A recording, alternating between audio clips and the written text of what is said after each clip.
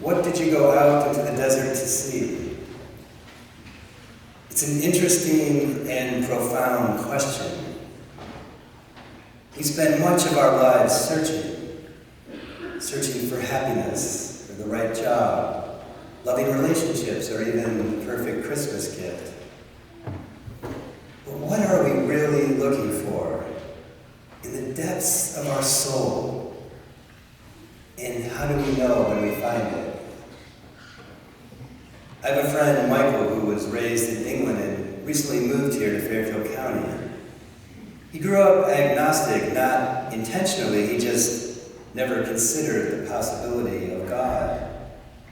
After graduating from high school, he attended Cambridge University to study philosophy.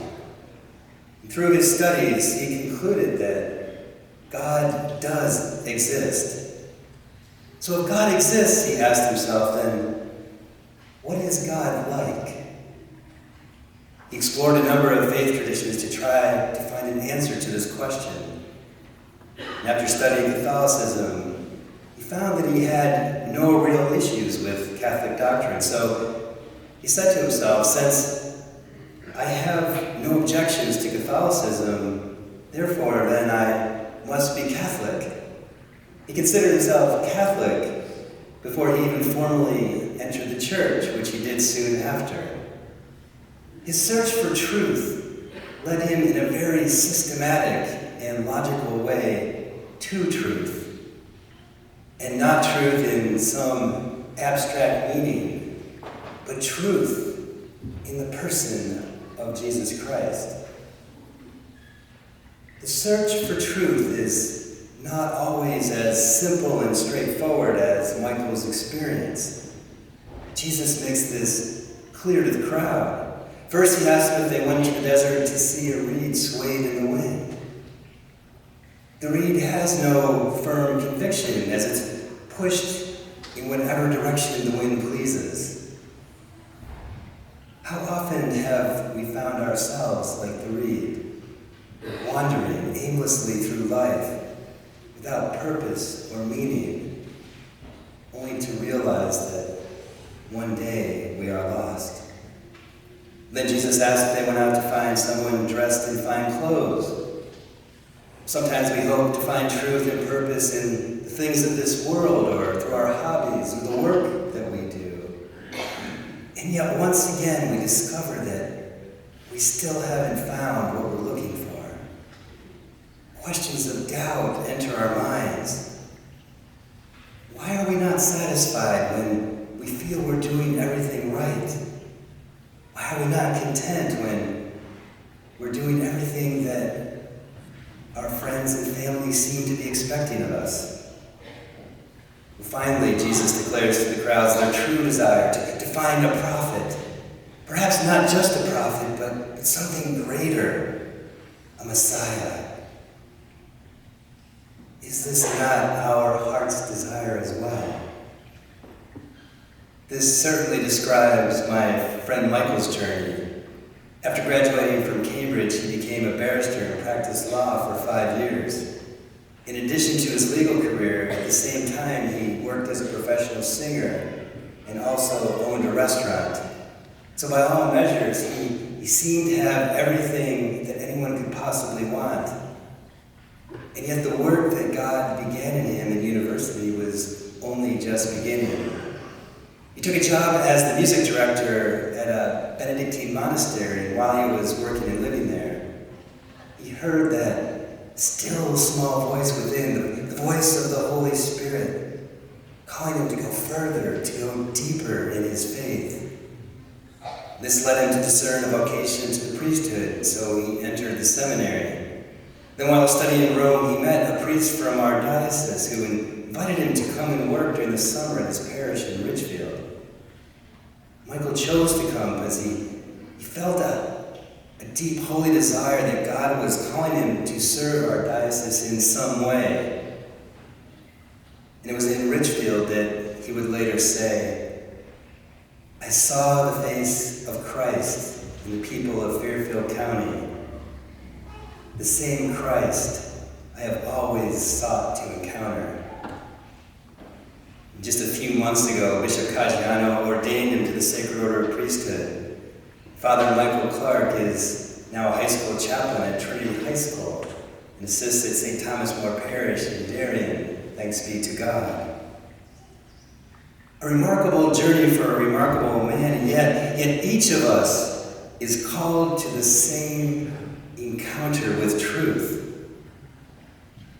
If only we surrender ourselves to allow truth himself to take us somewhere unexpected, someplace uncomfortable. The road will not be easy. It will be filled with challenges and difficulties. But we must seek the truth with all of our hearts and all of our strength. To quote the book of Proverbs, if you cry out for insight and raise your voice for understanding, if you seek it like silver and search for it as hidden treasure, then you will find the knowledge of God. According to St. John Henry Newman, when we labor to change our nature through God's help and serve him truly, we begin to understand the beauty of holiness. But the question still remains, how do we know when we found what we were looking for? Well, Jesus makes this clear to John's disciples who ask him, are you the Messiah, or should we be looking for another? Jesus tells them to report what they've seen and heard. The blind regain their sight, the lame walk, lepers are cleansed, deaf hear, and the dead are raised. The poor have good news proclaimed to them. But in addition to these miracles, I'm sure John's disciples experienced something much more personal in their encounter with Jesus. Mercy, kindness, goodness, patience, peace, joy, and love. We will know with certainty that we found what we're looking for when others see the fruit of the Holy Spirit within us. Is this not at the heart of our Advent preparation? To conform ourselves more perfectly to Jesus, so that we see Jesus in others, and others see him in us. So what are we searching for? Are we looking for a reed swayed in the wind, or someone dressed in fine clothes? No, we're looking for something much more than that. We're looking for peace and happiness, a solution to our troubles, a remedy for what ails us. We're looking to find love and to be loved. And the good news is that what we are searching for is already within us. We received it at our baptism. It was strengthened at our confirmation, purified when we go to confession, and nourished when we receive Holy Communion. God dwells within us. We may not fully appreciate or comprehend it, but rest assured, in a few moments on this very altar, we will encounter truth. Truth in the person of Jesus Christ. May this encounter give us the conviction to conform our lives more perfectly to his, and so prepare ourselves worthily for his coming.